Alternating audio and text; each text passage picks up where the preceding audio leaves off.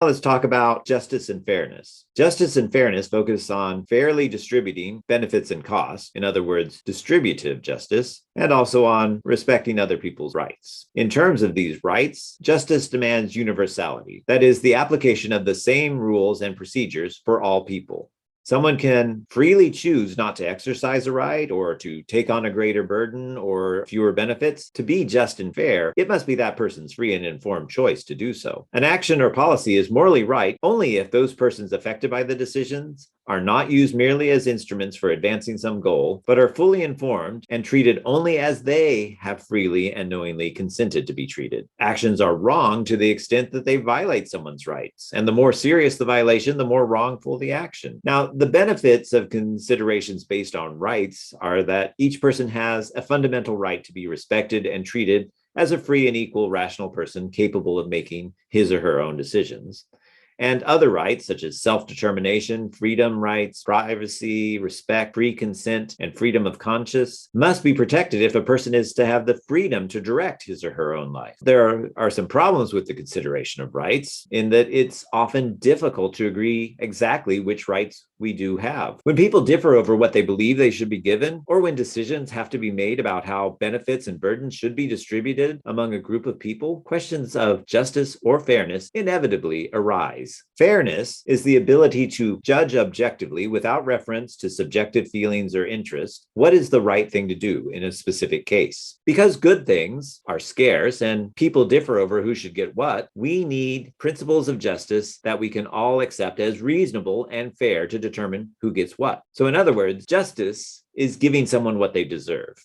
And it usually refers to whether or not giving a reward, punishment, good, or service is right. Aristotle said equals should be treated equally and unequals unequally. And by this, he meant that individuals should be treated the same unless they differ in ways that are relevant to the situation. For example, if Jack and Jill both want to buy the same product, then they should pay the same price. It would not be fair if Jill had to pay more than Jack simply because she's a woman or because of her race. That would be an injustice, a form of discrimination, because race and sex should not be relevant to pricing for the exact same product. Now, it would be okay to charge Jill more than Jack for, say, a haircut if there was a relevant difference. For example, Jack's hair takes 30 minutes to cut, but Jill's requires an hour of work by the hairstylist.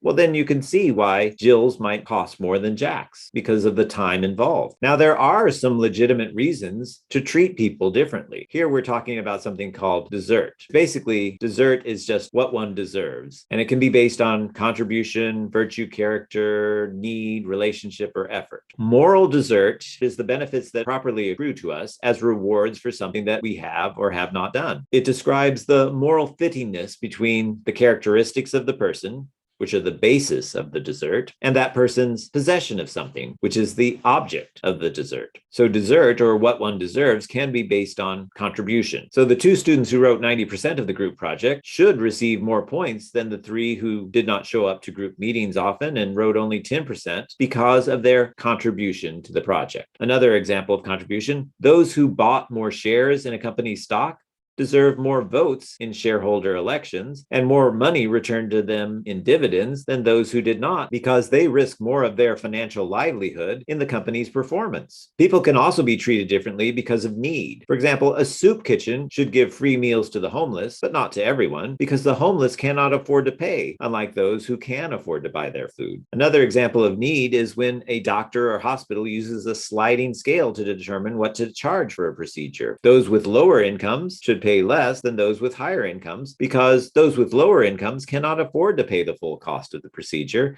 and their health would suffer without access to the procedure. Another example of need as a basis to treat people differently is related to organ transplants. The person in greatest need for the organ transplant should be given the transplant first when one becomes available because they are more likely to die without the transplant. Some examples of when effort might be used as a basis for treating people differently include the person who was first in line to buy tickets for the concert should get first choice of seating because of the effort and time spent waiting in line.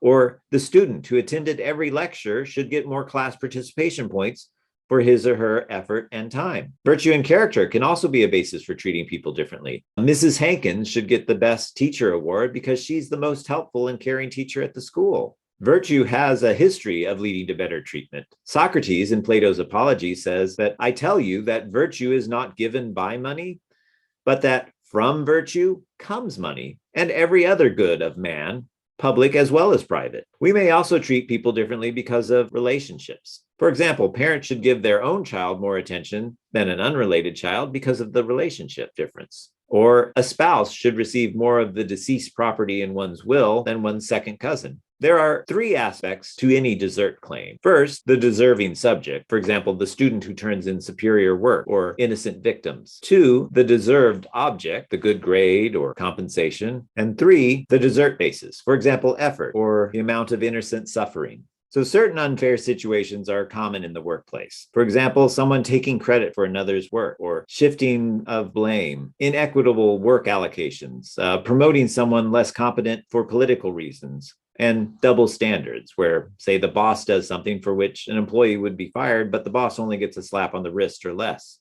To see a situation as ethical, we are looking for procedural fairness. This kind of fairness is especially important in two types of decisions. First, decisions related to comparative selections, deciding, for example, who to hire, who to reward, who to promote, who to terminate, who to lay off. And then second, factual determinations.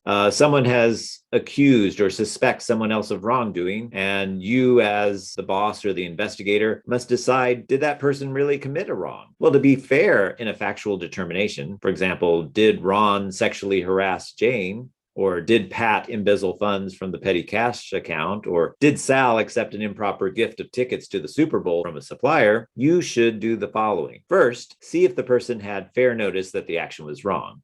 Were they informed that this kind of action, for example, using the company computer to update one's Facebook profile, was against policy? If you find out that the person knew or should have known that the action was wrong, then further action is fair. Otherwise, a warning may be the most fair consequence. Second, be impartial. Suspend judgment until all information is in. Third, gather the facts. What do you actually know? And four, keep it under your hat. It's unfair to let others know that someone's been accused or suspected until you've really determined that they did something wrong. Otherwise, it'll harm their reputation when really they were innocent. 5, give a fair hearing. The accused person should have the opportunity to tell his or her side of the story while you listen with an open mind. It's unfair for someone to find out that they've been judged without even having a chance to defend themselves. 6, carefully weigh and evaluate all the information. Separate facts from opinions and opinions from speculation. The higher the consequence stakes, the more certainty you should have before taking action. Now let's look at some fairness consequences. Favoritism involves favoring someone not because he or she is doing the best job, but because of some extraneous feature, such as membership in a favored group, personal relationship, or personal likes and dislikes. Favoritism occurs in hiring, honoring, and awarding contracts. A survey of federal workers by the Office of Personnel Management found that only 36% thought promotions in their work units were based on merit. They believed that connections, partisanship, and other factors played a major role. So favoritism is basically receiving some kind of benefits without a justifiable reason for singling them out. So in these cases, the reason for getting a better outcome or the deserts are unjust. For example, nepotism. The cabinet secretary hires his wife as a marketing consultant, but her credentials are questionable, and the only reason she got the job is her relationship to the cabinet secretary, not her skills or experience. Nepotism comes from the Italian word for nephew, and it covers favoritism to family members. A related idea is patronage, giving public service jobs to those who may have helped elect the person who has the power to make the appointment. Or cronyism, giving friends and associates preferential treatment. Sometimes cronyism occurs within a network of insiders who confer favors on each other, what we call a good old boy network. So how does favoritism differ from positive things like networking or having connections? Well, the answer is competence. Ethically hiring somebody that you know will do a good job is okay. But it is unethical favoritism to give preferential treatment to someone who lacks sufficient performance and or qualifications, but gets the favorable treatment just because of their relationship with you.